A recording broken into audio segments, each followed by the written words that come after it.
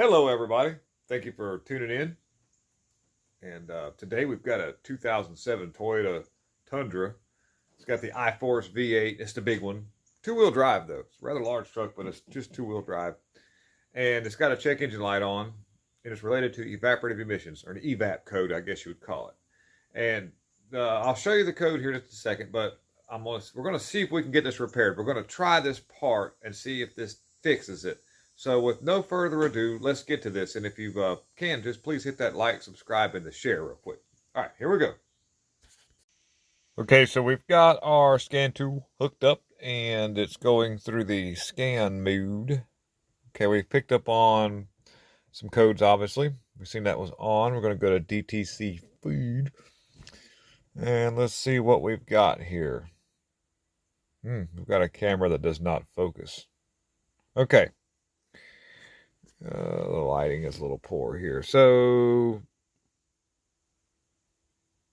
looks like we've got several codes here. But they all kind of like keep leaning towards leak detection, reference, orifice high.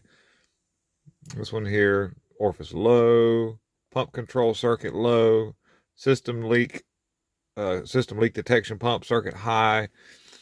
These are your two main, the 2401, the 2402, the 2419 tend to go in the direction of the leak detection pump. And let me show you what that looks like right quick.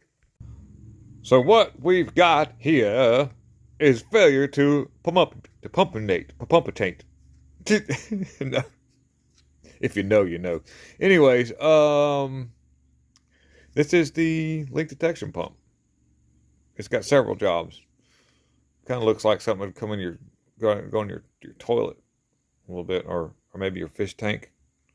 Anyways, this mounts to the charcoal canister. Hopefully we don't have a bad charcoal canister, because Dorman makes a complete assembly, but it's my cost is like $500 something for that, and the other one, they have another brand that's like $1,000. But hopefully we don't have that issue. We're going to find out. I'm going to get it off, and hopefully there's not charcoal stuff breaking loose and getting in this thing and messing it up. Maybe we just got a bad leak detection pump. So we're going to get it removed. I'll show you where it's at real quick. Just to give you an idea, I'm at the driver's side of the vehicle, underneath at the back wheel here. And so I'm just going to pan the camera up, and you can see this big square canister right here. That is the charcoal canister, which is used to filter the fumes out, so that when they're released into the atmosphere or the air, it neutralizes the fuel fumes. That's why you have a charcoal canister. And then this is the leak detection pump, and its job is to kind of like check the system for fuel tank pressure differentiations, and we got a sensor for that, but this is reactive to that. A sensor on the tank checks the pressure, and this pump is there to kind of apply a pressure or a vacuum, and the sensor on the tank would relay that back to the ECM and say, we've got a good sealed up system, but if nothing's happening here, then it goes okay. And it's circuit low, circuit high means that the little pump motor itself could be bad, and it's calling for it to come on, and it knows something's not right. And I'm going to remove the two bolts that hold it on. We've got a couple lines here we're going to remove. We've got an electrical plug-in. Set my light to see if we can get it a little better. Woo, boy, that's bright. All right, yep, there it is. 10mm bolt there, one right there. And I believe, and then like I said, you disconnect a couple little hoses, and we'll get it off of there. And let's see what happens.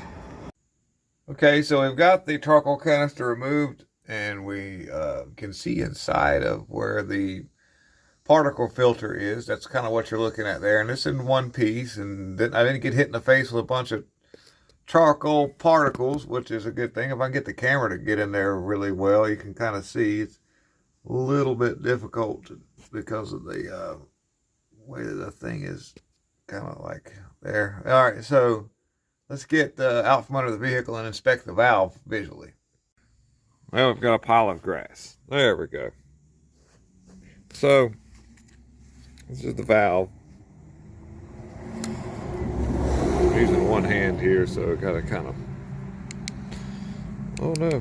All right, we can look in there real well and see that we don't see anything packed inside of there. That's a good sign. And this is where a vent hose would normally hook to. That goes to a little vent thingy on the side of the frame rail. It's just another little filter thing that's on it. But there's an electrical plug in, and so we don't see anything coming out. That's a good sign. We don't see any bunch of charcoal falling out on the ground. That's good. So what we're going to do, we're going to put the valve in. We're going to clear the code. We're going to do several starts, and then see if the code stays out. Because it would come on. I could start this, like shut it down and restart it maybe 3 times, and then the check engine light was back on. So let's see what happens. All right. We're going to call this done. We're going to call it done. So we've let this thing run for a pretty good while. We've restarted it several times. 5 times so far after letting it run. And no pending codes, nothing reoccurring yet. And I know that before I could do this several key cycles, you know, shut it off and restarting it, and the code would come back pending, and then after a drive cycle it would be a what they want to call a hard code, you know, current. And so we'll see what happens. Thank you so much for watching. Please hit that like and the subscribe, and leave me a comment in there. Any kind of feedback and what you may want me to maybe mess with next. I do a lot of carburetor work and fun things like that, and we'll do some more videos on that. If you're looking for that kind of stuff, I've got several where I've done some AFB, Edelbrock's, Quadrajet things, and I'll be glad to do more of that. Thank you guys. Have a good one. Big hugs.